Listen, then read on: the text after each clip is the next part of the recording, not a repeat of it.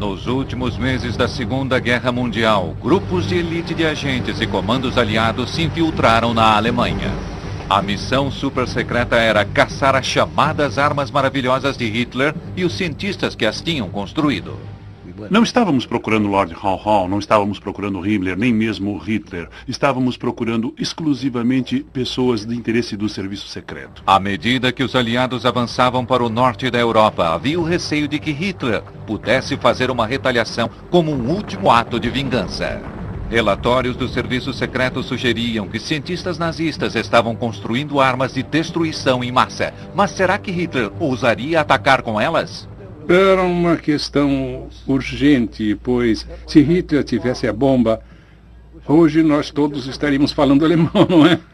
Em um prelúdio à Guerra Fria, os americanos e ingleses começam uma corrida secreta com os russos para arrebanhar cientistas alemães. Os riscos não poderiam ter sido mais altos. Os vencedores poderiam desenvolver as armas maravilhosas de Hitler a fim de controlar o mundo do pós-guerra. Cientistas nazistas. 6 de junho de 1944, o dia D, a maior invasão anfíbia da história. Mas o futuro da Segunda Guerra Mundial ainda estava indefinido. Nos bastidores, o serviço secreto aliado estava apreensivo quanto à possibilidade de Hitler estar tramando sua represália. 7 dias após o dia D, os receios foram confirmados. Um estranho objeto viajando a 640 km por hora apareceu nos céus de Londres. Inicialmente pensou-se que se tratava de algum tipo de avião. Somente após ele despencar rumo ao solo, as pessoas perceberam do que se tratava, uma bomba voadora. Nos 4 dias seguintes, centenas de bombas choveram sobre Londres. O impacto de uma delas, em 18 de junho, matou 121 pessoas. Essa era a primeira das armas de vingança de Hitler, mais conhecidas como V1. Os aliados não possuíam nada assim em seu arsenal, e não parecia haver como detê-las.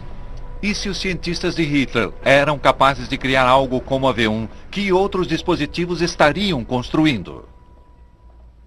Adolf Hitler estava procurando a arma que ganharia a guerra.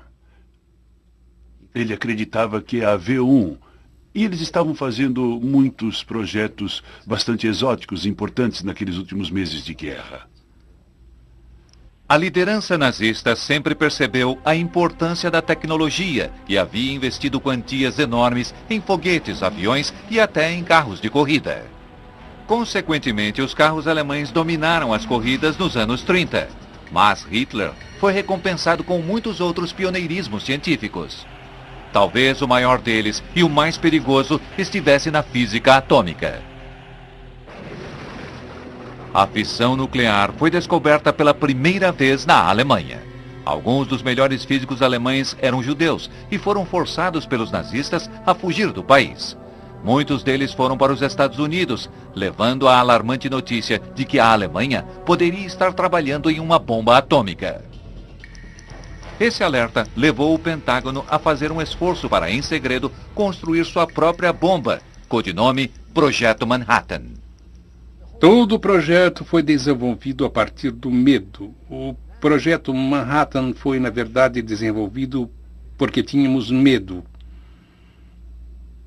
E se o que temíamos tivesse se transformado em realidade, teria destruído os Estados Unidos.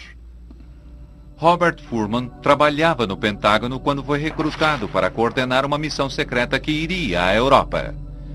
O plano era enviar agentes secretos para localizar e acabar com o programa atômico de Hitler. Havia um alvo-chave que os agentes precisavam encontrar. O principal físico alemão e chefe do projeto da bomba atômica nazista, Werner Heisenberg. A missão precisaria de agentes de elite em terra para procurar Heisenberg e as instalações da bomba alemã. Marty Previtt era um daqueles agentes secretos. Quando essa fotografia foi publicada em 1947, eles cobriram meu rosto, pois eu era um agente especial do Corpo de Contra-Inteligência. Eu deveria permanecer incógnito. Para dar aos agentes licença para operar onde quisessem, eles carregavam passes especiais com as mais altas liberações de segurança. O objetivo da visita era investigar alvos do serviço secreto, remover documentos, equipamentos ou pessoal. Eu tinha autorização para fazer qualquer coisa que eu precisasse fazer, prender pessoas ou o que fosse. Esses passes, mais tarde, se revelariam inestimáveis para permitir viajar além das linhas de frente aliadas. Havia um outro objetivo ainda, tão importante quanto encontrar os cientistas. Os aliados sabiam que os nazistas haviam acumulado milhares de toneladas de urânio, o ingrediente fundamental para a bomba atômica. Temendo que planejassem usar esse urânio em sua própria bomba, os aliados pensaram em reunir as enormes reservas da Alemanha desse escasso elemento. O projeto Manhattan precisava estocar urânio para sua própria bomba. Assim, seus agentes especiais tinham ordens para rastrear as reservas escondidas dos nazistas. A missão recebeu um codinome, Alsos. O verdadeiro significado do nome foi mantido em segredo, não foi revelado a quase ninguém. Principalmente ao General Groves, chefe do projeto Manhattan. Só depois de muitos anos foi revelado que Alsos significava grove em grego, um pequeno bosque. Acho que o general Groves teria ficado arrepiado se tivesse sabido na época, mas nós de fato demos o nome dele ao projeto. Enquanto os agentes do Alsos se preparavam para entrar no norte da Europa, a Grã-Bretanha começava a lidar com o V1. Novas baterias antiaéreas e balões de barragem interceptavam as armas de vingança. E os pilotos de caça da Grã-Bretanha, cujos aviões eram mais rápidos, também estavam aprendendo a destruir a bomba voadora. Mas o pânico não havia absolutamente acabado. Exatamente quando parecia que os ingleses haviam finalmente derrotado o V1, cientistas alemães estavam prestes a disparar contra Londres uma arma de vingança ainda mais aterrorizante. Este é um teste do mais novo dispositivo do arsenal secreto de Hitler, o foguete V2. O V2 foi um grande avanço na história dos armamentos, segundo o analista militar Robert Hilson. A importância do V2 é que, pela primeiríssima vez, a engenharia humana foi capaz de lançar um projétil guiado que viajaria várias centenas de quilômetros e atingiria um alvo mais ou menos onde havia sido apontado. Essa era uma arma espantosa, uma vez que se tivesse um lançamento bem sucedido e o míssil fosse na direção correta, não seria possível detê-lo.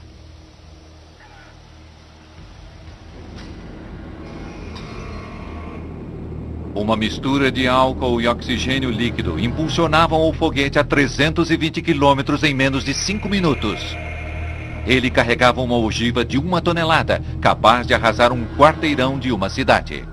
O verdadeiro avanço tecnológico era o sistema direcional do V2. Giroscópios controlavam palhetas no escapamento que manobravam o foguete em direção a seu alvo. Os alemães haviam lançado com sucesso o primeiro míssil balístico do mundo.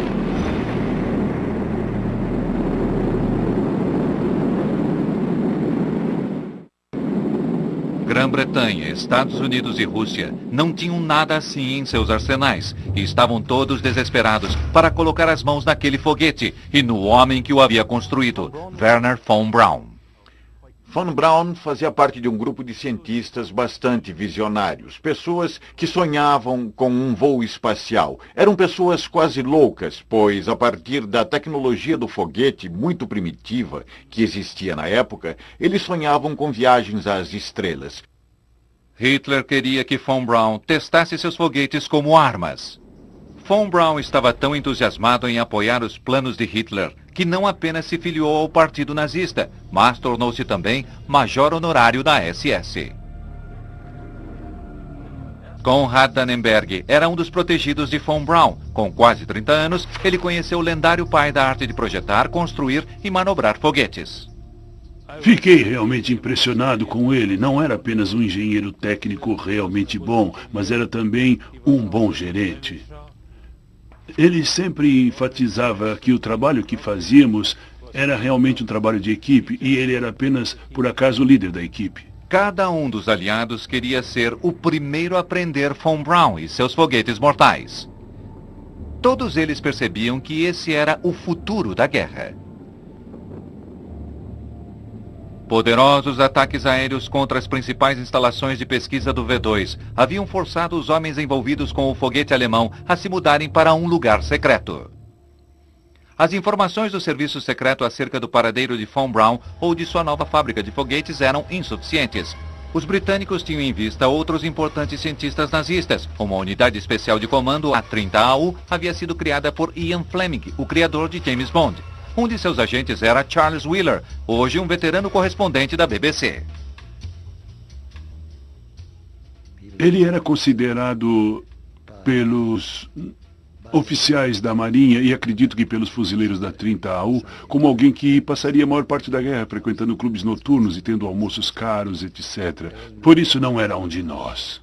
Enquanto Ian Fleming levava adiante seu suntuoso estilo de vida londrino, os comandos do 30AU estavam no norte da França. Eles levavam um livro preto, a lista de centenas de alvos compilados pelo Serviço Secreto Britânico. Não estávamos procurando Lord Haw, não estávamos procurando Himmler, nem mesmo Hitler. Estávamos procurando exclusivamente pessoas do interesse do Serviço Secreto.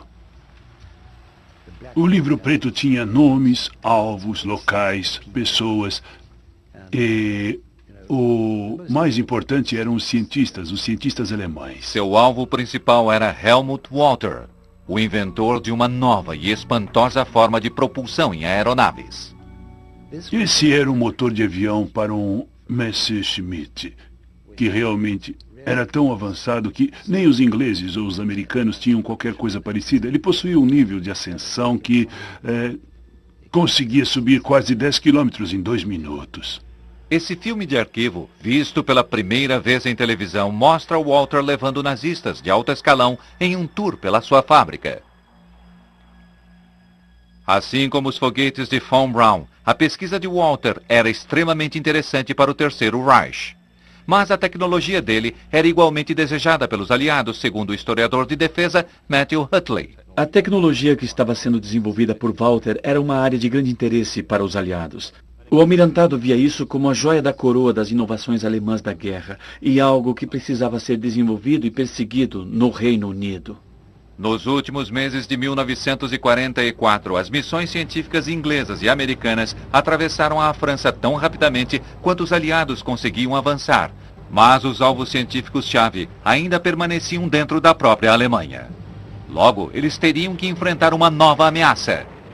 No leste, o Exército Vermelho Russo estava avançando rapidamente pela Polônia em direção à fronteira alemã. Eles também estavam ansiosos para ir à caça dos melhores cientistas nazistas.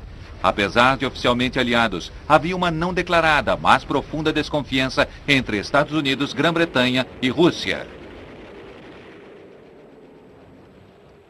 Os aliados se uniram pelo objetivo comum de derrotar a Alemanha. Mas, quando a guerra começou a se aproximar do fim, atritos e fissuras começaram a aparecer, e eles haviam estado ali durante toda a guerra, mas se tornavam mais aparentes à medida que se evidenciava que a Alemanha estava à beira da derrota. Em fevereiro de 1945, com o esfacelamento dos nazistas, os 3 líderes se reuniram em Yalta e concordaram em dividir a Alemanha em 3 zonas de ocupação. Mas as zonas planejadas aumentaram a urgência da busca aos cientistas de Hitler. Muitas das áreas sob controle russo conteriam alvos científicos e o Exército Vermelho estava agora bastante perto desses locais-chave. Semanas após Yalta, os ingleses e os americanos cruzaram o rio Reno e espalharam-se em todas as direções pela Alemanha, esperando chegar a seus alvos antes dos russos. Os relatórios do serviço secreto sugeriam que Werner von Braun havia transferido sua fábrica de foguetes V2 para o centro da Alemanha. A trilha levava para a pequena cidade de Nordhausen. Na manhã de 11 de abril de 1945, uma equipe americana chegou a essas colinas, onde fez uma assombrosa descoberta. A fábrica secreta de Von Braun, onde milhares de foguetes V2 estavam sendo construídos, estava escondida no local subterrâneo. A extensão era enorme. 2 túneis principais, cada um com mais de 1,5 km, eram conectados por 46 túneis menores. Conhecida como a Mittelwerk, era a maior fábrica subterrânea do mundo. Os americanos ficaram surpresos com o que haviam encontrado. A chegada àquele local deve ter sido como um momento Tutankhamon para as tropas americanas. Elas sabiam que ela existia e tinham uma vaga ideia do que estava acontecendo ali. Mas subitamente eles estavam em uma caverna de Aladim, pois encontraram as linhas de montagem que estavam intocadas, não danificadas por bombardeios, e havia dúzias de armas intactas. As equipes científicas desceram até Mittelwerk, maravilhadas por encontrar esse valioso tesouro tecnológico.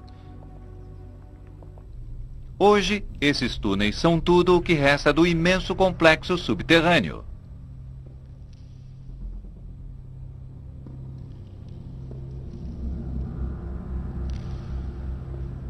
A produção ficava em uma linha de produção, em uma esteira transportadora. Sim, se movia continuadamente e você tinha de prestar atenção a ela em seu próprio local de trabalho e fazer seu serviço antes que ela fosse adiante. Era uma linha de montagem que continuava dia e noite. Essas raras fotografias mostram a extensão da operação de Von Braun. Mais de 4.000 V2 haviam sido produzidos em menos de 9 meses.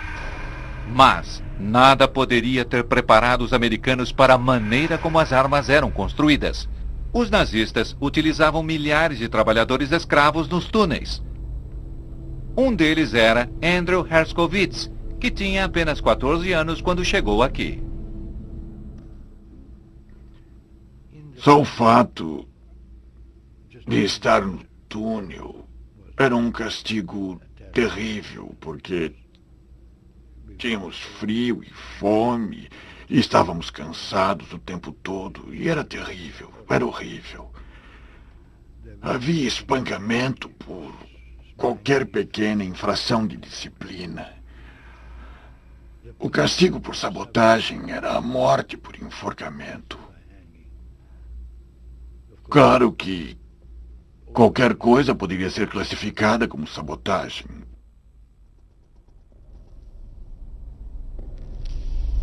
Os trabalhadores ficavam alojados aqui, em um campo de concentração especialmente construído para suprir mão de obra para os túneis. Quando os americanos liberaram o campo, eles testemunharam em primeira mão o verdadeiro custo do programa de foguetes germânico.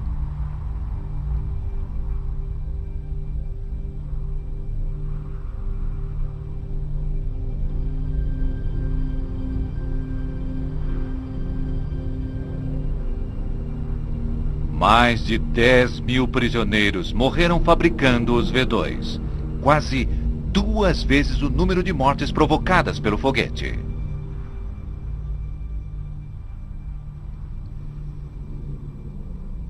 Eu, pessoalmente, acho que não se esperava que sobrevivêssemos mais de um ano. Talvez a comida fosse calculada para fazer-nos durar um ano e depois morrer. Uma fatia de pão e um pouquinho de sopa, que chamavam de sopa, mas que não possuía qualquer nutriente. E com o pão tínhamos um pedacinho de margarina e uma minúscula salsicha, como chamavam. Ou algum tipo de coisa gelatinosa, e aquilo tinha de durar o dia inteiro. Por isso estávamos permanentemente mortos de fome. Como a maioria dos engenheiros de foguetes que ali trabalhavam, Konrad Dannenberg não aceita qualquer responsabilidade. É claro, de uma certa forma eu fiquei surpreso quando vi as pobres pessoas Kazé trabalhando em Mittelwerk. Entretanto, não vi nenhuma atrocidade, não vi que eram castigados, que eram surrados, como muita gente afirma. Não quero negar que tenha acontecido, mas isso certamente não aconteceu em minha presença. É claro, as instalações eram muito pobres. As instalações sanitárias certamente não seriam aceitáveis hoje em dia. Mas para nós, claro, era tudo ruim. E para esse engenheiro de foguetes, ele se alimentava bem, vestia-se bem, era bem pago. Eu estava em segurança. Claro, não havia nada de ruim para ele. Enquanto as equipes médicas americanas atendiam os prisioneiros abandonados, outras equipes estavam ocupadas embarcando foguetes e equipamentos ansiosas para transportá-los para os Estados Unidos. Eles não conseguiram desmontar completamente a fábrica subterrânea antes da chegada dos russos. O Exército Vermelho descobriu que havia ainda bastante material para levarem dali. Agora, ambos os lados tinham os foguetes, mas ainda assim precisavam dos cérebros que os haviam criado. O alvo número 1, Wernher von Braun, havia desaparecido com mais de uma centena de membros de sua equipe de foguetes. Havia boatos de que estava a caminho do sul, rumo à Bavária. A vários quilômetros de distância, os agentes à procura do projeto da bomba atômica alemã continuavam buscando Werner Heisenberg. Documentos foram apreendidos na cidade de Haigerloch.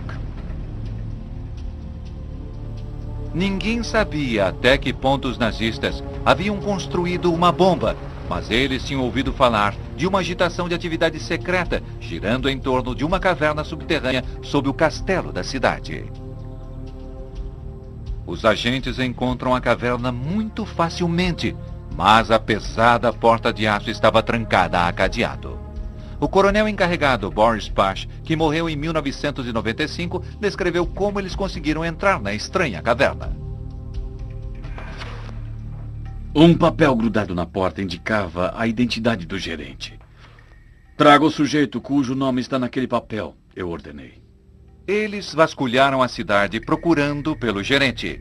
Pash estava desesperado para colocar suas mãos no que estava dentro da caverna e preparado para fazer qualquer coisa.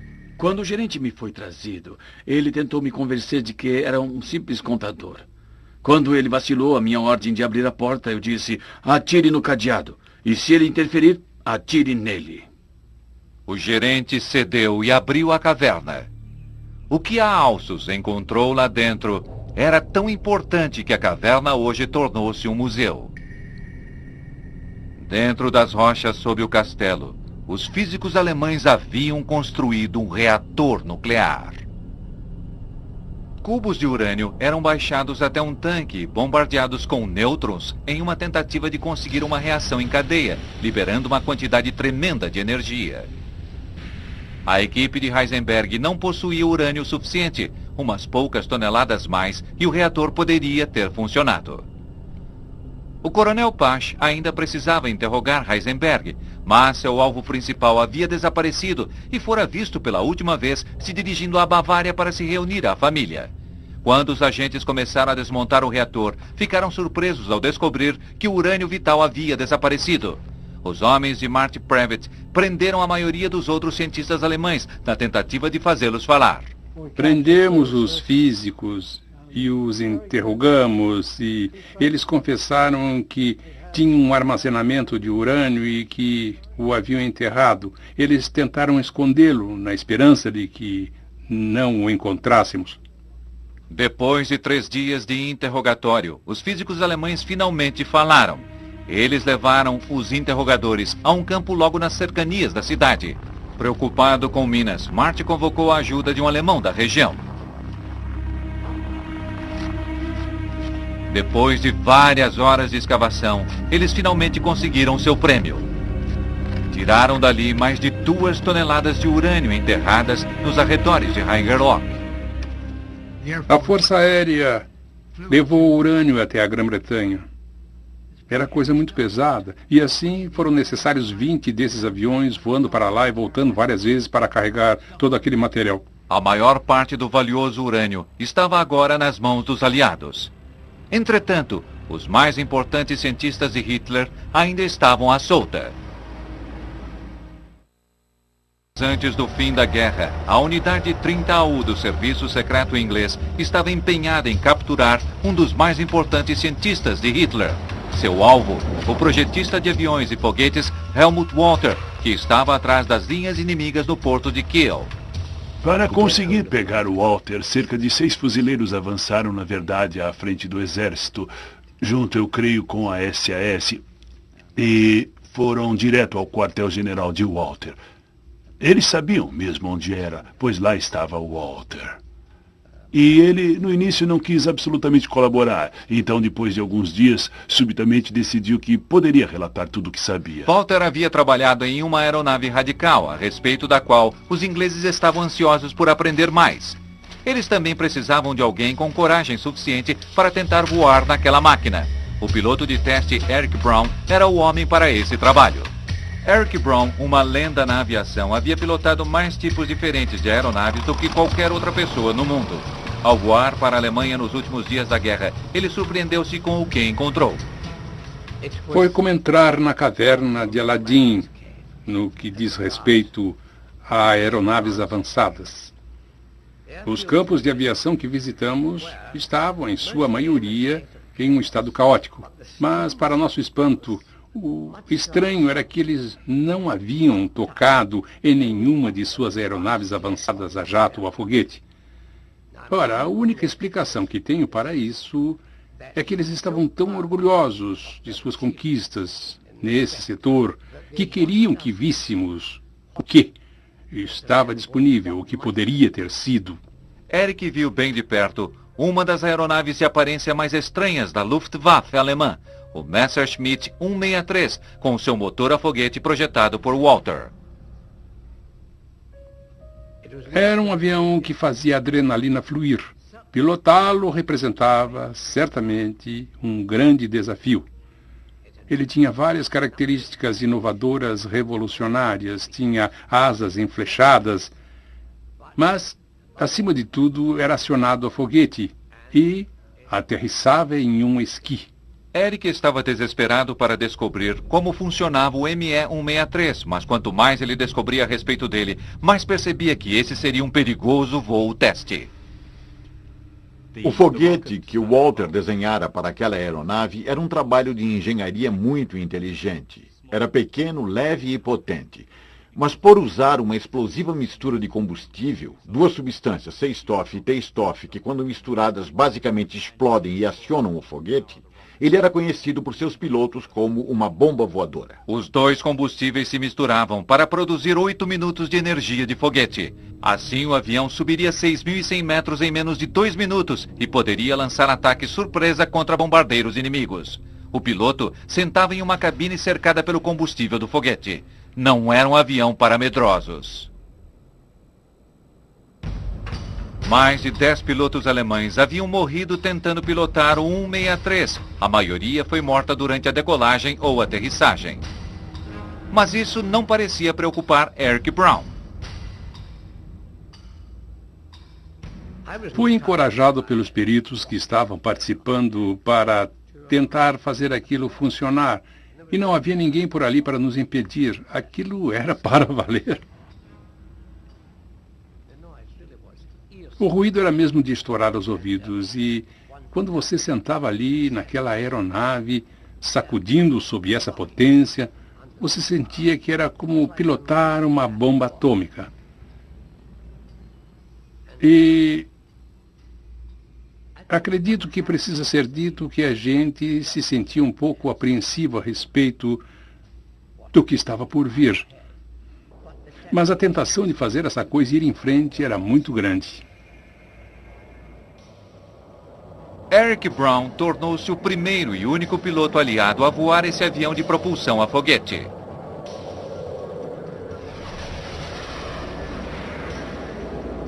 Era como estar no comando de um trem em alta velocidade.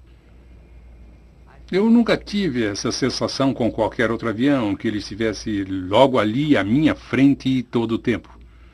E eu estivesse alcançando.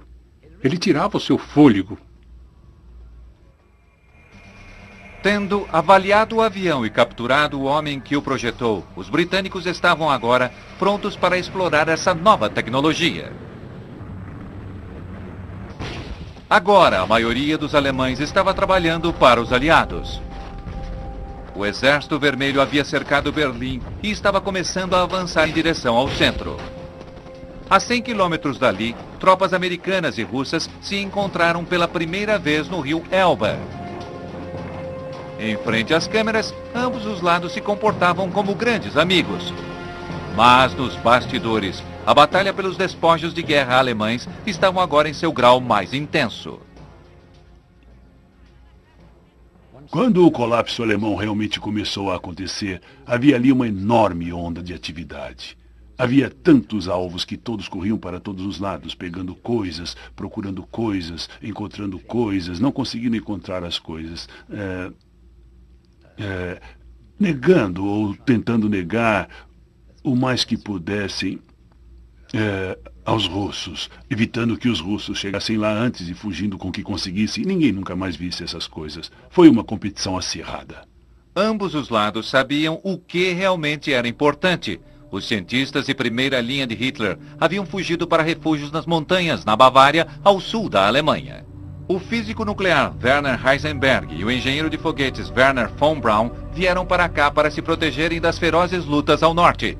Eles também queriam estar o mais distante possível das forças russas que avançavam. Em uma correria pela Bavária, os americanos esperavam ser os primeiros a capturar von Braun e sua equipe de especialistas. Mas os especialistas em foguetes alemães já estavam fazendo seus próprios planos. Tínhamos algumas reuniões secretas com von Braun e alguns dos membros mais íntimos de sua equipe a fim de conversar a respeito do que faríamos no final da guerra. Havíamos analisado se deveríamos nos voltar para os russos e haviam algumas indicações de que os russos estivessem possivelmente interessados na arte de foguetes. Mas haviam ouvido muitas coisas ruins a respeito dos russos. E acho que todos nós percebemos que com o V2 havíamos dado uma contribuição nova e importante para a alta tecnologia. E por isso tínhamos esperança de que pelo menos essa situação nos ajudasse a sobreviver à guerra e fazer alguma coisa que valesse a pena depois da guerra. Von Braun percebeu que o conhecimento singular de sua equipe que trabalhava com os foguetes poderia garantir tratamento privilegiado quando a guerra terminasse. No dia seguinte ao anúncio da morte de Hitler, os alemães especializados em foguetes saíram do esconderijo. Em sua louca corrida para o sul, von Braun havia quebrado o braço em um acidente de carro. Eles estavam aliviados por se renderem aos americanos e não aos russos. Von Braun foi enviado para os Estados Unidos. Seu futuro projetando foguetes parecia estar garantido, desde que seu envolvimento com a SS e a utilização de trabalho escravo não fossem levados em consideração. –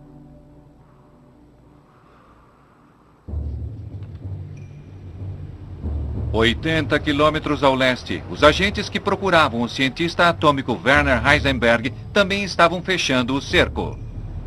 Eles estavam bem à frente das linhas avançadas americanas e sabia-se que a SS estava na região. O coronel Boris Pash percebeu que seria perigoso ir muito adiante.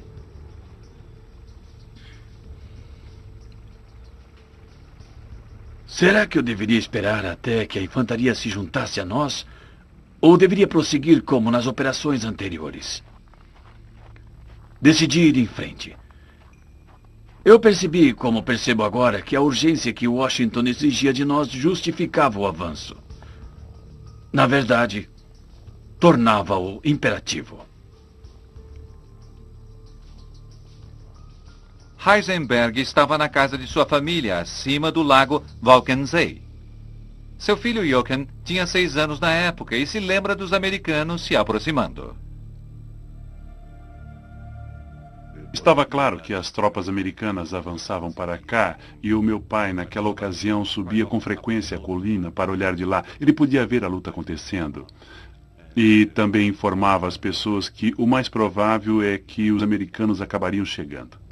Evitando a SS, o coronel Pache e seus homens avançaram até a casa de Heisenberg. Em 3 de maio, eles finalmente capturaram o alvo número 1. Eu me lembro que naquela ocasião eu estava com meu pai e fomos visitar a casa da minha avó. Houve um telefonema dizendo que o meu pai deveria voltar para casa imediatamente. Então eu vim para cá, vimos os soldados americanos, mas eles estavam aqui no terraço e pareciam até bastante amigáveis. Heisenberg foi mandado para a Inglaterra para interrogatório. Mas levaria vários meses até que o mais importante cientista de Hitler revelasse o quanto sabia acerca da construção de uma bomba atômica.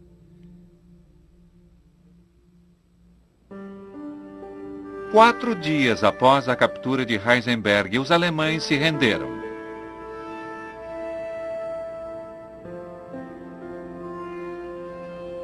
Em Berlim, a vida estava começando a ficar mais tranquila depois de 5 anos de guerra. Enquanto a Grã-Bretanha, os Estados Unidos e a Rússia tomavam posse de suas zonas de ocupação, o relacionamento entre os aliados alcançava um novo ponto baixo. A unidade britânica de comando 30AU estava operando na cidade e recebeu uma fria recepção dos russos. A situação era muito delicada e difícil, e as pessoas precisavam ser muito cuidadosas para evitar que rompesse algum tipo de violência. Eu acredito que não tenha ocorrido. Mas isso se tornou uma espécie de hostilidade mútua. Quer dizer, foi quando pela primeira vez me dei conta realmente de que havia uma Guerra Fria. A guerra mal havia terminado, estávamos na Guerra Fria. A hostilidade russa era compreensível.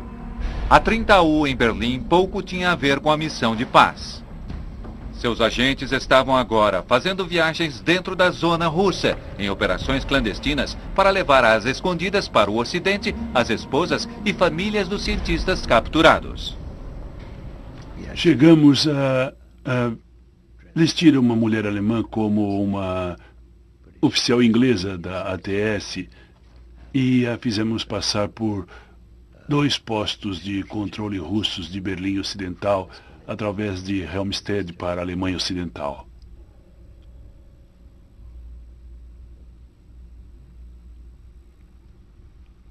Ela era uma boa atriz e falava um pouco de inglês. Felizmente ninguém falou com ela. Ela foi bem e os russos possivelmente nem a teriam descoberto.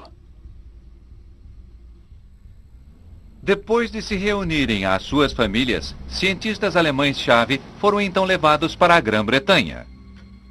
Helmut Walter, inventor do motor de foguete para o ME-163, foi levado para o norte da Inglaterra para continuar trabalhando com uma equipe composta apenas de cientistas alemães.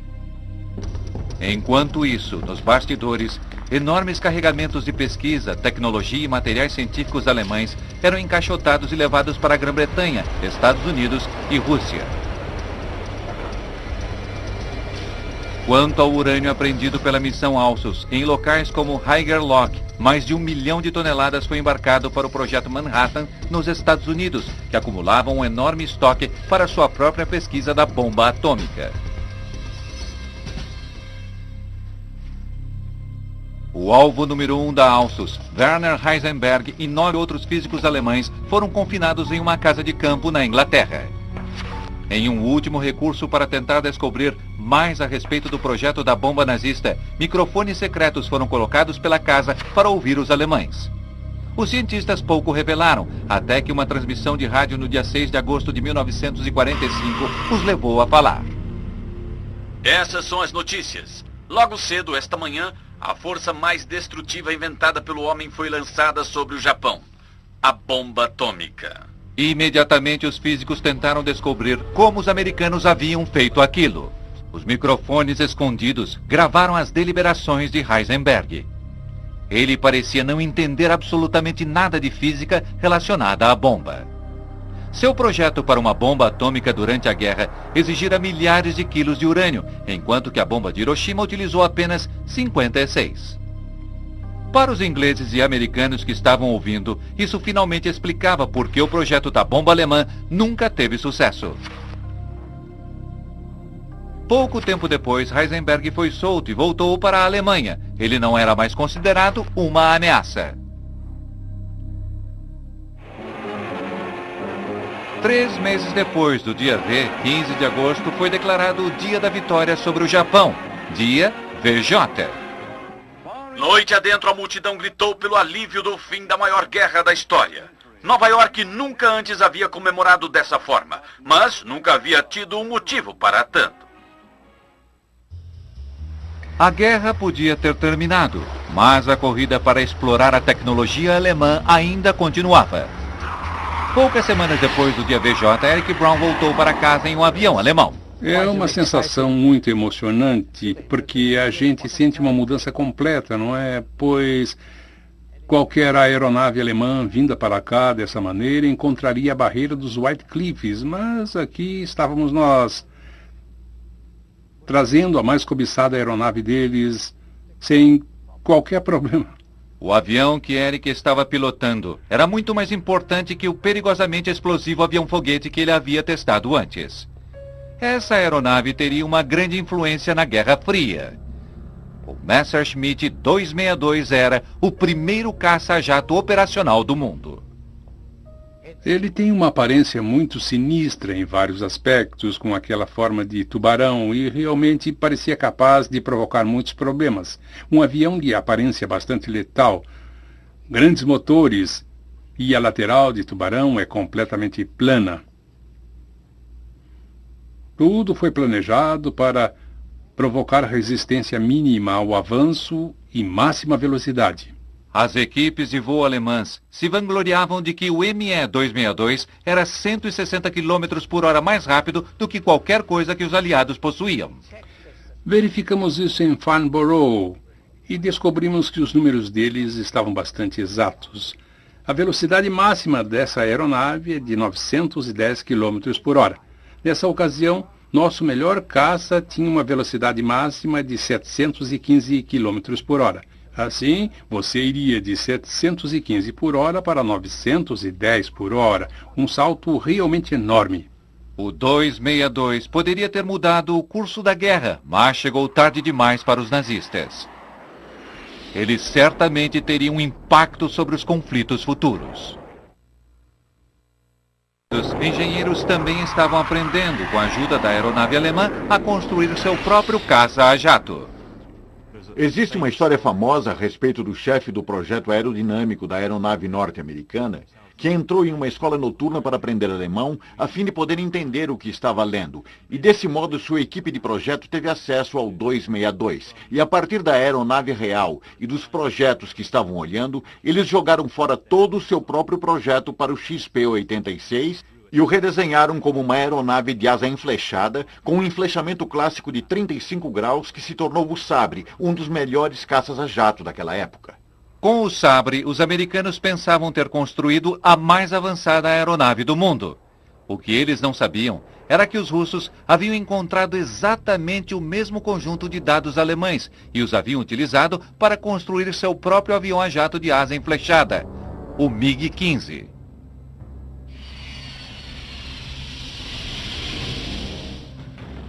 Em dezembro de 1950, os dois aviões se encontraram pela primeira vez na Guerra da Coreia. Quando o primeiro MiG-15 russo apareceu sobre a Coreia, foi um grande choque. Os pilotos americanos acharam que eles estavam sendo atacados por aeronaves americanas. A confusão naqueles primeiros dias foi enorme. Pilotos americanos não podiam acreditar no que estavam vendo. Os MiGs eram praticamente indistinguíveis dos Sabres. Parece bastante claro que tanto os russos quanto os americanos haviam aprendido na mesma cartilha. Algo semelhante estava acontecendo com a tecnologia de foguetes. Desde que foram trazidos para a América, Wernher von Braun e sua equipe do V2 tinham trabalhado duro na construção de foguetes para os Estados Unidos. Mais de 100 alemães especialistas em foguetes foram contratados para ensinar aos engenheiros americanos tudo o que sabiam. Os americanos tinham regras rígidas acerca de empregar antigos nazistas, e assim fatos não convenientes, como o de von Braun ser membro da SS, foram varridos para baixo do tapete. Milhares de documentos a respeito dos alemães especialistas em foguetes foram escondidos, muitos dos quais são ainda hoje inacessíveis ao público. Com Von Braun ao seu lado, os Estados Unidos estavam confiantes de que estavam à frente do mundo. E então, em 4 de outubro de 1957, aquela confiança foi abalada. Um míssil soviético R-7 foi lançado no espaço com o primeiro satélite do mundo, o Sputnik. Os bips de mensagem do Sputnik enquanto dava a volta à Terra não passaram despercebidos nos Estados Unidos. Se os russos podiam lançar um objeto em órbita, poderiam também enviar uma ogiva nuclear contra os Estados Unidos. Os Estados Unidos se voltaram para Von Braun. Em meados dos anos 60, tanto os Estados Unidos quanto a Rússia tinham milhares de mísseis apontados um para o outro, todos eles provindos do projeto original do V2 de Von Braun. A realização máxima de Von Braun estava levando a missão Apollo da NASA a colocar o homem na Lua. Os programas espaciais americano e russo foram ambos fundados na ciência alemã.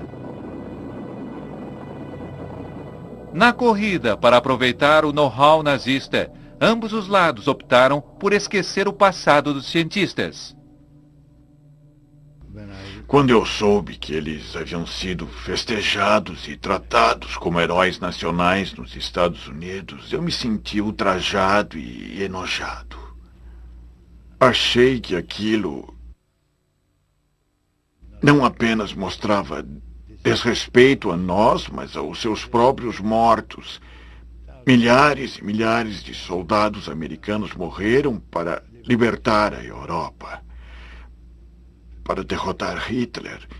E essas pessoas eram os esteios do reinado de terror de Hitler. E lá estavam elas, sendo festejadas como heróis. Que coisa repugnante. Um dos maiores triunfos da Guerra Fria ficará para sempre obscurecido pela sombra do passado de Von Braun. O inferno subterrâneo, onde as armas maravilhosas de Hitler foram construídas. Versão brasileira Centauro.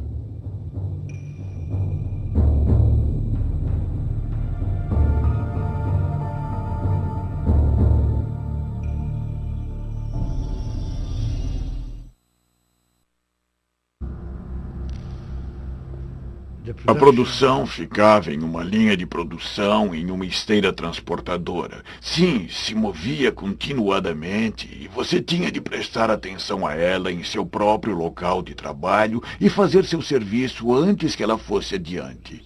Era uma linha de montagem que continuava dia e noite. Essas raras fotografias mostram a extensão da operação de Von Braun. Mais de 4.000 V2 haviam sido produzidos em menos de 9 meses.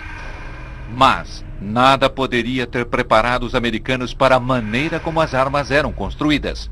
Os nazistas utilizavam milhares de trabalhadores escravos nos túneis. Um deles era Andrew Herskovits, que tinha apenas 14 anos quando chegou aqui.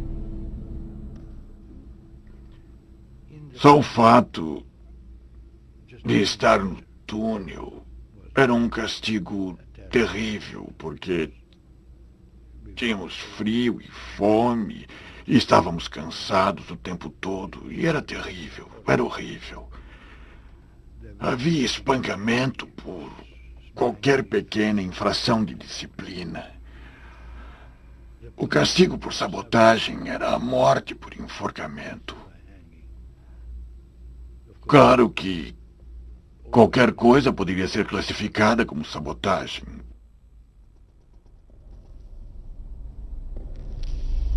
Os trabalhadores ficavam alojados aqui, em um campo de concentração especialmente construído para suprir mão de obra para os túneis. Quando os americanos liberaram o campo, eles testemunharam em primeira mão o verdadeiro custo do programa de foguetes germânico.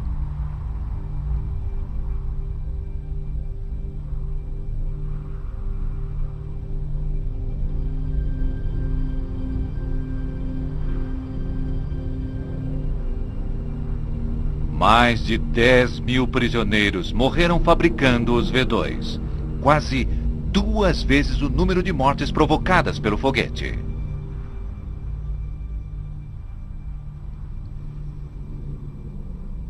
Eu, pessoalmente, acho que não se esperava que sobrevivêssemos mais de um ano. Talvez a comida fosse calculada para fazer-nos durar um ano e depois morrer. Uma fatia de pão e um pouquinho de sopa, que chamavam de sopa, mas que não possuía qualquer nutriente. E com o pão tínhamos um pedacinho de margarina e uma minúscula salsicha, como chamavam. Ou algum tipo de coisa gelatinosa, e aquilo tinha de durar o dia inteiro. Por isso estávamos permanentemente mortos de fome. Como a maioria dos engenheiros de foguetes que ali trabalhavam, Konrad Dannenberg não aceita qualquer responsabilidade. É claro, de uma certa forma fiquei surpreso quando vi as pobres pessoas Kazé trabalhando em Mittelwerk. Entretanto, não vi nenhuma atrocidade, não vi que eram castigados, que eram surrados, como muita gente afirma. Não quero negar que tenha acontecido, mas isso certamente não aconteceu em minha presença. É claro, as instalações eram muito pobres. As instalações sanitárias certamente não seriam aceitáveis hoje em dia. Mas para nós, claro, era tudo ruim. E para esse engenheiro de foguetes, ele se alimentava bem, vestia-se bem, era bem pago.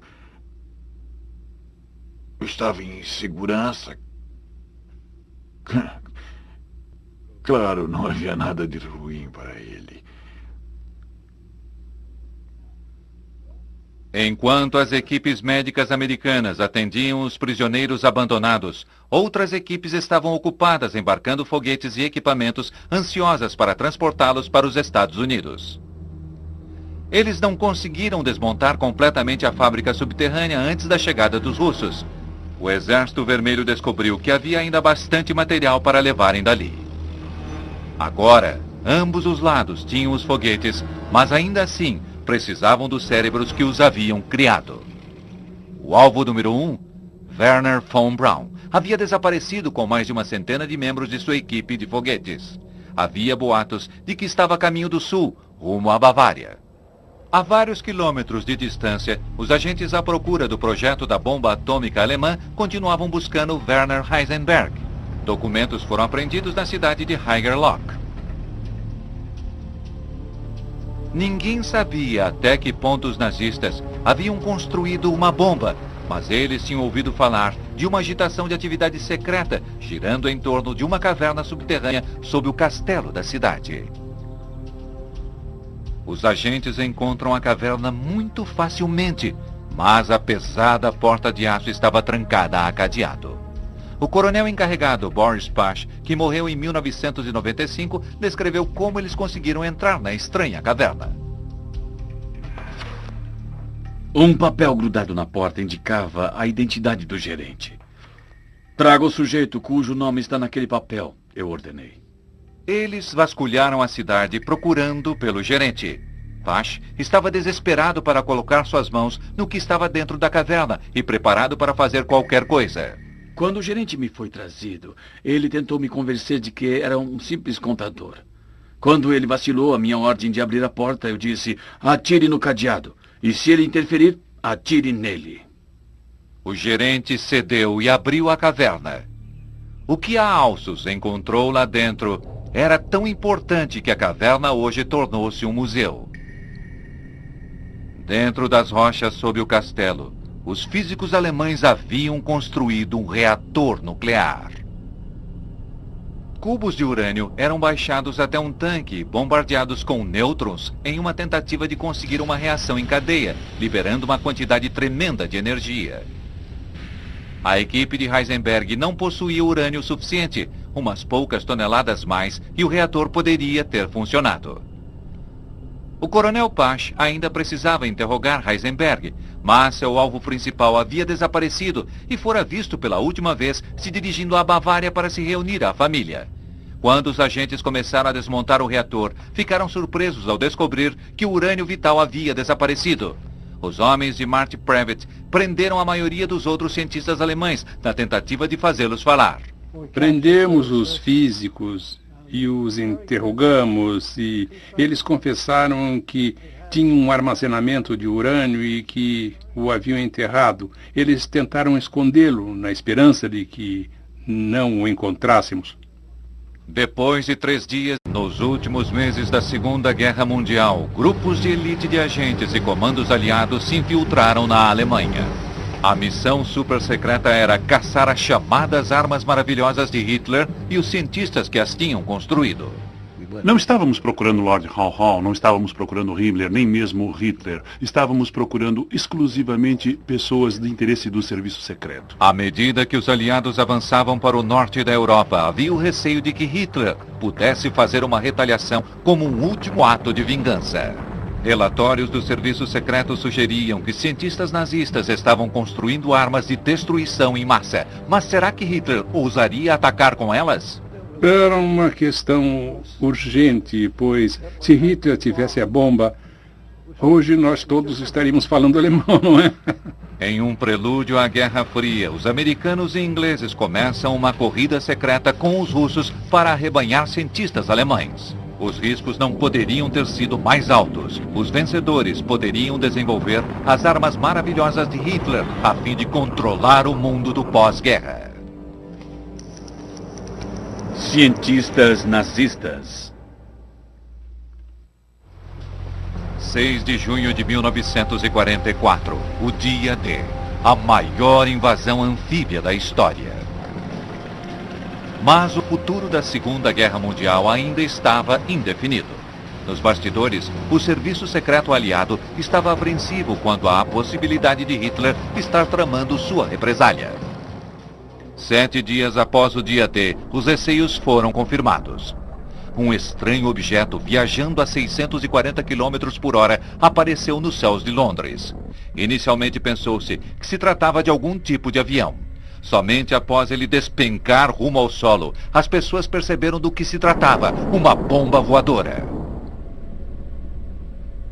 Nos 4 dias seguintes, centenas de bombas choveram sobre Londres. O impacto de uma delas, em 18 de junho, matou 121 pessoas. Essa era a primeira das armas de vingança de Hitler, mais conhecidas como V1. Os aliados não possuíam nada assim em seu arsenal, e não parecia haver como detê-las. E se os cientistas de Hitler eram capazes de criar algo como a V1, que outros dispositivos estariam construindo? Adolf Hitler estava procurando a arma que ganharia a guerra. Ele acreditava que a V1, e eles estavam fazendo muitos projetos bastante exóticos e importantes naqueles últimos meses de guerra. A liderança nazista sempre percebeu a importância da tecnologia e havia investido quantias enormes em foguetes, aviões e até em carros de corrida. Consequentemente, os carros alemães dominaram as corridas nos anos 30. Mas Hitler foi recompensado com muitos outros pioneirismos científicos. Talvez o maior deles e o mais perigoso estivesse na física atômica. A fissão nuclear foi descoberta pela primeira vez na Alemanha.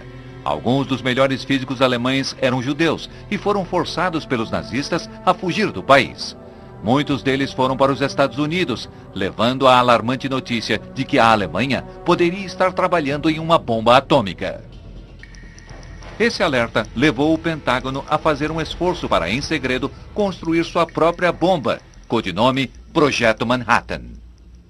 Todo o projeto foi desenvolvido a partir do medo. O projeto Manhattan foi, na verdade, desenvolvido porque tínhamos medo. E se o que temíamos tivesse se transformado em realidade, teria destruído os Estados Unidos. Robert Furman trabalhava no Pentágono quando foi recrutado para coordenar uma missão secreta que iria à Europa. O plano era enviar agentes secretos para localizar e acabar com o programa atômico de Hitler. Havia um alvo-chave que os agentes precisavam encontrar. O principal físico alemão e chefe do projeto da bomba atômica nazista, Werner Heisenberg. A missão precisaria de agentes de elite em terra para procurar Heisenberg e as instalações da bomba alemã. Marty Previtt era um daqueles agentes secretos. Quando essa fotografia foi publicada em 1947, eles cobriram meu rosto, pois eu era um agente especial do Corpo de Contra-Inteligência. Eu deveria permanecer incógnito. Para dar aos agentes licença para operar onde quisessem, eles carregavam passes especiais com as mais altas liberações de segurança. O objetivo da visita era investigar alvos do serviço secreto, remover documentos, equipamentos ou pessoal.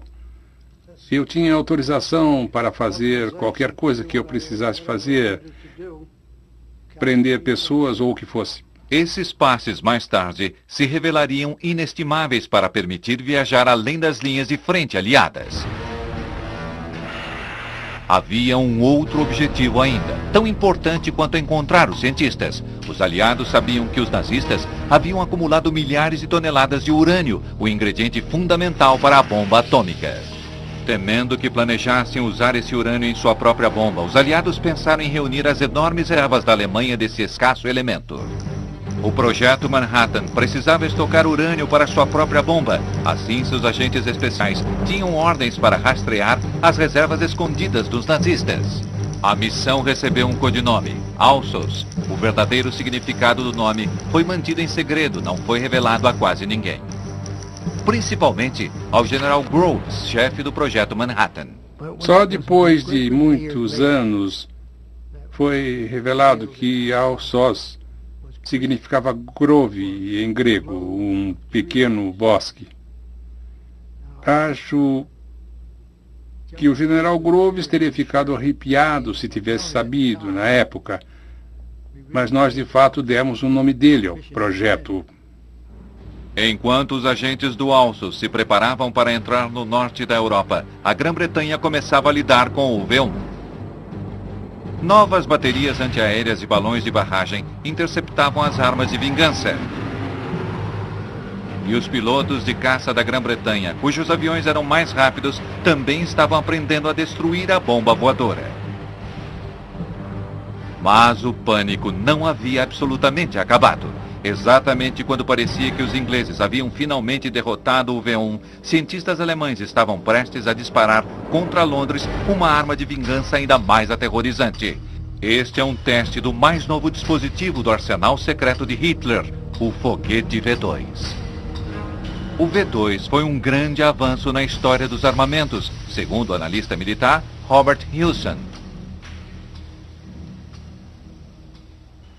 A importância do V2 é que pela primeiríssima vez a engenharia humana foi capaz de lançar um projétil guiado que viajaria várias centenas de quilômetros e... De interrogatório, os físicos alemães finalmente falaram. Eles levaram os interrogadores a um campo logo nas cercanias da cidade. Preocupado com minas, Marty convocou a ajuda de um alemão da região. Depois de várias horas de escavação, eles finalmente conseguiram seu prêmio. Tiraram dali mais de 2 toneladas de urânio enterradas nos arredores de Heingerloch. A Força Aérea levou o urânio até a Grã-Bretanha. Era coisa muito pesada, e assim foram necessários 20 desses aviões voando para lá e voltando várias vezes para carregar todo aquele material. A maior parte do valioso urânio estava agora nas mãos dos aliados. Entretanto, os mais importantes cientistas de Hitler ainda estavam à solta. Antes do fim da guerra, a unidade 30AU do Serviço Secreto Inglês estava empenhada em capturar um dos mais importantes cientistas de Hitler. Seu alvo, o projetista de aviões e foguetes Helmut Walter, que estava atrás das linhas inimigas no porto de Kiel. Para conseguir pegar o Walter, cerca de 6 fuzileiros avançaram, na verdade, à frente do exército, junto, eu creio, com a SAS, e foram direto ao quartel-general de Walter. Eles sabiam mesmo onde era, pois lá estava o Walter.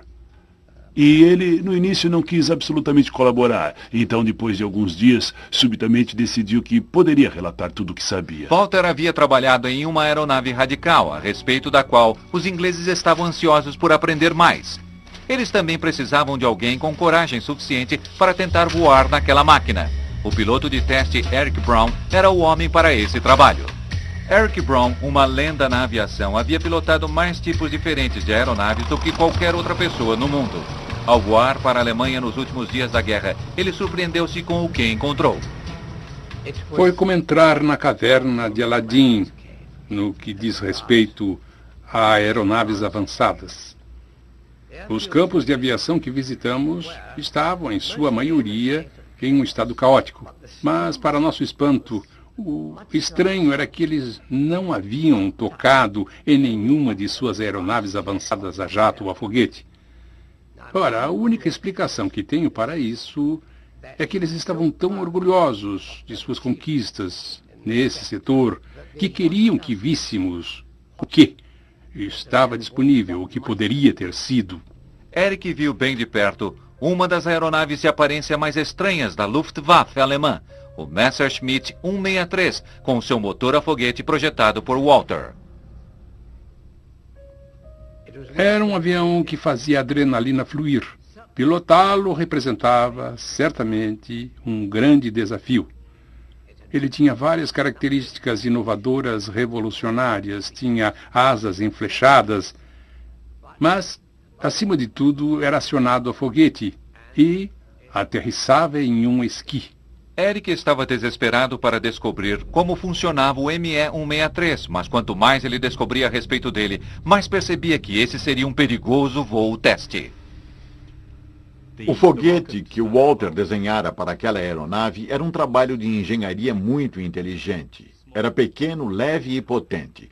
Mas por usar uma explosiva mistura de combustível, duas substâncias, C-Stoff e T-Stoff, que quando misturadas basicamente explodem e acionam o foguete, ele era conhecido por seus pilotos como uma bomba voadora. Os dois combustíveis se misturavam para produzir 8 minutos de energia de foguete. Assim, o avião subiria 6.100 metros em menos de 2 minutos e poderia lançar ataque surpresa contra bombardeiros inimigos.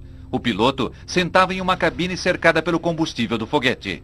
Não era um avião para medrosos. Mais de 10 pilotos alemães haviam morrido tentando pilotar o 163. A maioria foi morta durante a decolagem ou aterrissagem. Mas isso não parecia preocupar Eric Brown. Fui encorajado pelos peritos que estavam participando para tentar fazer aquilo funcionar. E não havia ninguém por ali para nos impedir. Aquilo era para valer. O ruído era mesmo de estourar os ouvidos e, quando você sentava ali naquela aeronave, sacudindo sob essa potência, você sentia que era como pilotar uma bomba atômica. E acredito que precisa ser dito que a gente se sentia um pouco apreensivo a respeito do que estava por vir. Mas a tentação de fazer essa coisa e ir em frente era muito grande. Eric Brown tornou-se o primeiro e único piloto aliado a voar esse avião de propulsão a foguete.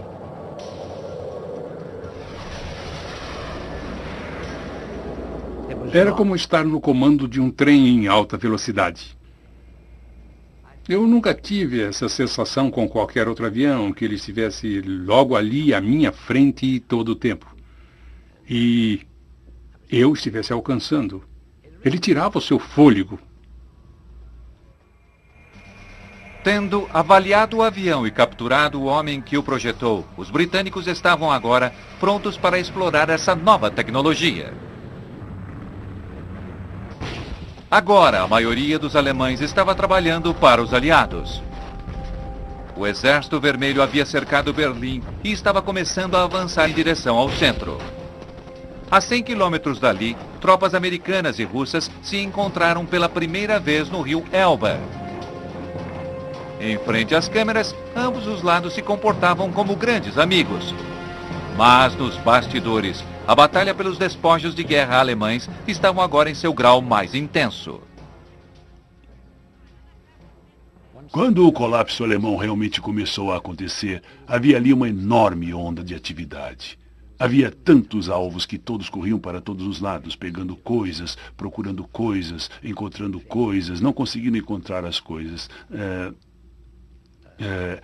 negando ou tentando negar o mais que pudessem aos russos, evitando que os russos chegassem lá antes e fugindo com o que conseguissem. Ninguém nunca mais visse essas coisas. Foi uma competição acirrada. Ambos os lados sabiam o que realmente era importante. Os cientistas e primeira linha de Hitler haviam fugido para refúgios nas montanhas, na Bavária, ao sul da Alemanha. O físico nuclear Werner Heisenberg e o engenheiro de foguetes Werner von Braun vieram para cá para se protegerem das ferozes lutas ao norte. Eles também queriam estar o mais distante possível das forças russas que avançavam. Em uma correria pela Bavária, os americanos esperavam ser os primeiros a capturar von Braun e sua equipe de especialistas. Mas os especialistas em foguetes alemães já estavam fazendo seus próprios planos. Tínhamos algumas reuniões secretas com von Braun e alguns dos membros mais íntimos de sua equipe a fim de conversar a respeito do que faríamos no final da guerra. Havíamos analisado se deveríamos nos voltar para os russos e haviam algumas indicações de que os russos estivessem possivelmente interessados na arte de foguetes. Mas haviam ouvido muitas coisas ruins a respeito dos russos. E acho que todos nós percebemos que com o V2 havíamos dado uma contribuição nova e importante para a alta tecnologia. E por isso tínhamos esperança de que pelo menos essa situação nos ajudasse a sobreviver à guerra e fazer alguma coisa que valesse a pena depois da guerra. Von Braun percebeu que o conhecimento singular de sua equipe que trabalhava com os foguetes poderia garantir tratamento privilegiado quando a guerra terminasse. No dia seguinte ao anúncio da morte de Hitler, os alemães especializados em foguetes saíram do esconderijo. Em sua louca corrida para o sul, von Braun havia quebrado o braço em um acidente de carro. Eles estavam aliviados por se renderem aos americanos e não aos russos. Von Braun foi enviado para os Estados Unidos. Seu futuro projetando foguetes parecia estar garantido, desde que seu envolvimento com a SS e a utilização de trabalho escravo não fossem levados em consideração.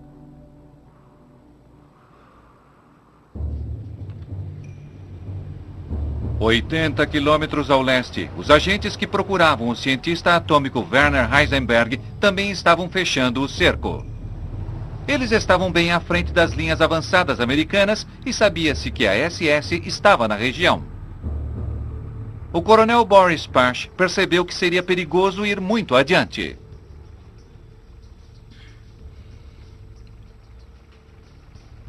Será que eu deveria esperar até que a infantaria se juntasse a nós? Ou deveria prosseguir como nas operações anteriores? Decidi ir em frente. Eu percebi, como percebo agora, que a urgência que Washington exigia de nós justificava o avanço. Na verdade, tornava-o imperativo. Heisenberg estava na casa de sua família, acima do lago Walchensee. Seu filho Jochen tinha 6 anos na época e se lembra dos americanos se aproximando. Estava claro que as tropas americanas avançavam para cá e o meu pai, naquela ocasião, subia com frequência a colina para olhar de lá. Ele podia ver a luta acontecendo. E também informava as pessoas que o mais provável é que os americanos acabariam chegando.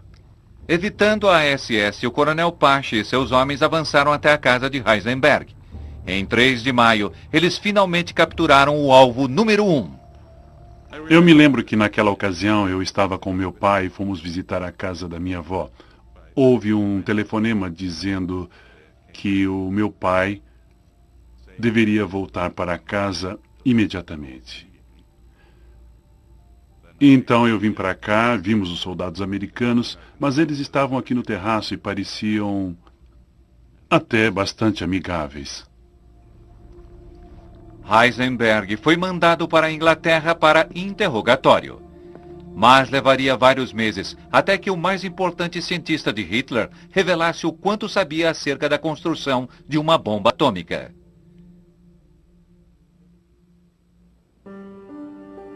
Quatro dias após a captura de Heisenberg, os alemães se renderam.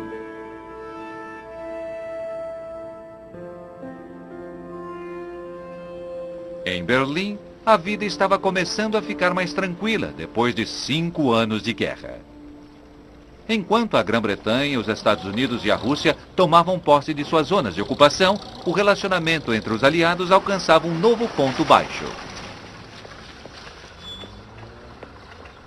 A unidade britânica de comando 30AU estava operando na cidade e recebeu uma fria recepção dos russos.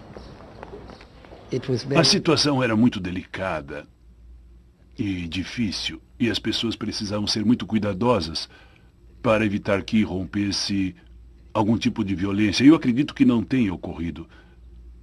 Mas isso se tornou uma espécie de hostilidade mútua. Quer dizer, foi quando pela primeira vez me dei conta realmente de que havia uma Guerra Fria.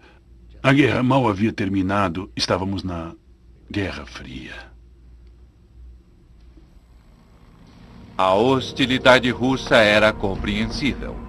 A 30AU em Berlim pouco tinha a ver com a missão de paz. Seus agentes estavam agora fazendo viagens dentro da zona russa, em operações clandestinas, para levar às escondidas para o Ocidente as esposas e famílias dos cientistas capturados. Chegamos a vestir uma mulher alemã como uma oficial inglesa da ATS e a fizemos passar por 2 postos de controle russos de Berlim Ocidental através de Helmstedt para a Alemanha Ocidental.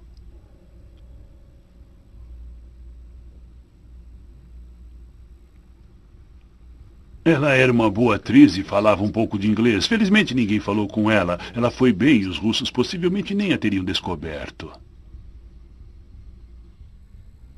Depois de se reunirem às suas famílias, cientistas alemães-chave foram então levados para a Grã-Bretanha.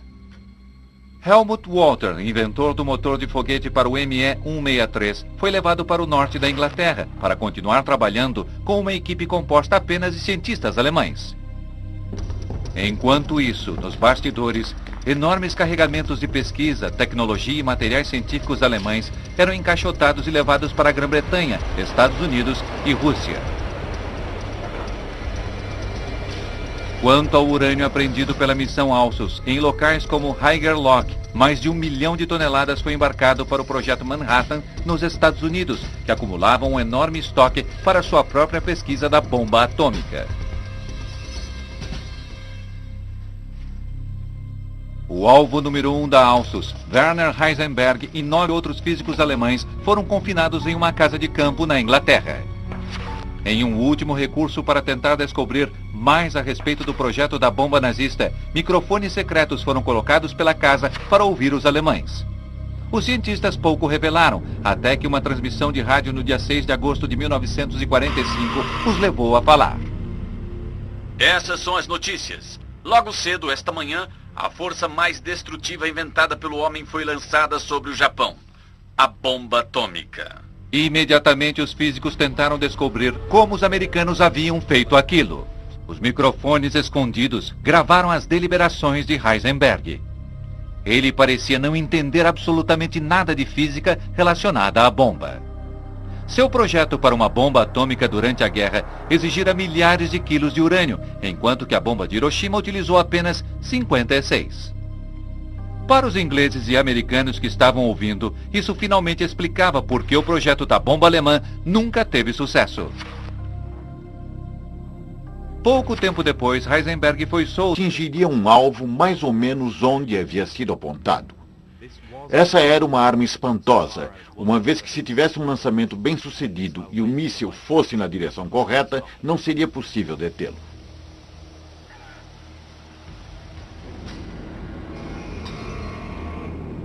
Uma mistura de álcool e oxigênio líquido impulsionavam o foguete a 320 quilômetros em menos de 5 minutos. Ele carregava uma ogiva de 1 tonelada, capaz de arrasar um quarteirão de uma cidade. O verdadeiro avanço tecnológico era o sistema direcional do V2. Giroscópios controlavam palhetas no escapamento que manobravam o foguete em direção a seu alvo. Os alemães haviam lançado com sucesso o primeiro míssil balístico do mundo.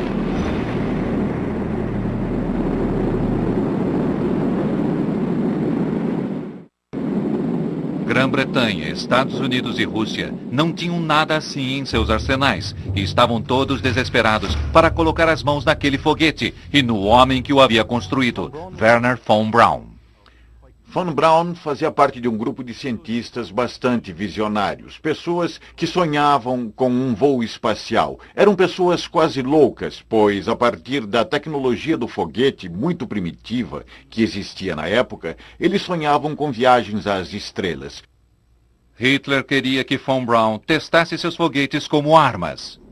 Von Braun estava tão entusiasmado em apoiar os planos de Hitler que não apenas se filiou ao partido nazista, mas tornou-se também major honorário da SS. Konrad Dannenberg era um dos protegidos de von Braun. Com quase 30 anos, ele conheceu o lendário pai da arte de projetar, construir e manobrar foguetes. Fiquei realmente impressionado com ele. Não era apenas um engenheiro técnico realmente bom, mas era também um bom gerente. Ele sempre enfatizava que o trabalho que fazíamos era realmente um trabalho de equipe e ele era apenas, por acaso, o líder da equipe. Cada um dos aliados queria ser o primeiro a prender von Braun e seus foguetes mortais. Todos eles percebiam que esse era o futuro da guerra. Poderosos ataques aéreos contra as principais instalações de pesquisa do V2 haviam forçado os homens envolvidos com o foguete alemão a se mudarem para um lugar secreto. As informações do serviço secreto acerca do paradeiro de von Braun ou de sua nova fábrica de foguetes eram insuficientes. Os britânicos tinham em vista outros importantes cientistas nazistas. Uma unidade especial de comando, a 30AU, havia sido criada por Ian Fleming, o criador de James Bond. Um de seus agentes era Charles Wheeler, hoje um veterano correspondente da BBC. Ele era considerado pelos oficiais da Marinha e acredito que pelos fuzileiros da 30AU como alguém que passaria a maior parte da guerra frequentando clubes noturnos e tendo almoços caros, etc. Por isso não era um de nós. Enquanto Ian Fleming levava adiante seu suntuoso estilo de vida londrino, os comandos do 30AU estavam no norte da França. Eles levavam um livro preto, a lista de centenas de alvos compilados pelo Serviço Secreto Britânico. Não estávamos procurando Lord Haw, não estávamos procurando Himmler, nem mesmo Hitler. Estávamos procurando exclusivamente pessoas do interesse do Serviço Secreto. O livro preto tinha nomes, alvos, locais, pessoas e o mais importante eram os cientistas alemães. Seu alvo principal era Helmut Walter, o inventor de uma nova e espantosa forma de propulsão em aeronaves. Esse era um motor de avião para um Messerschmitt, que realmente era tão avançado que nem os ingleses ou os americanos tinham qualquer coisa parecida. Ele possuía um nível de ascensão que conseguia subir quase 10 quilômetros em 2 minutos. Esse filme de arquivo, visto pela primeira vez em televisão, mostra Walter levando nazistas de alto escalão em um tour pela sua fábrica. Assim como os foguetes de von Braun, a pesquisa de Walter era extremamente interessante para o Terceiro Reich. Mas a tecnologia dele era igualmente desejada pelos aliados, segundo o historiador de defesa Matthew Hutley. A tecnologia que estava sendo desenvolvida por Walter era uma área de grande interesse para os aliados. O almirantado via isso como a joia da coroa das inovações alemãs da guerra e algo que precisava ser desenvolvido e perseguido no Reino Unido. Nos últimos meses de 1944, as missões científicas inglesas e americanas atravessaram a França tão rapidamente quanto os aliados conseguiam avançar. Mas os alvos científicos-chave ainda permaneciam dentro da própria Alemanha. Logo, eles teriam que enfrentar uma nova ameaça.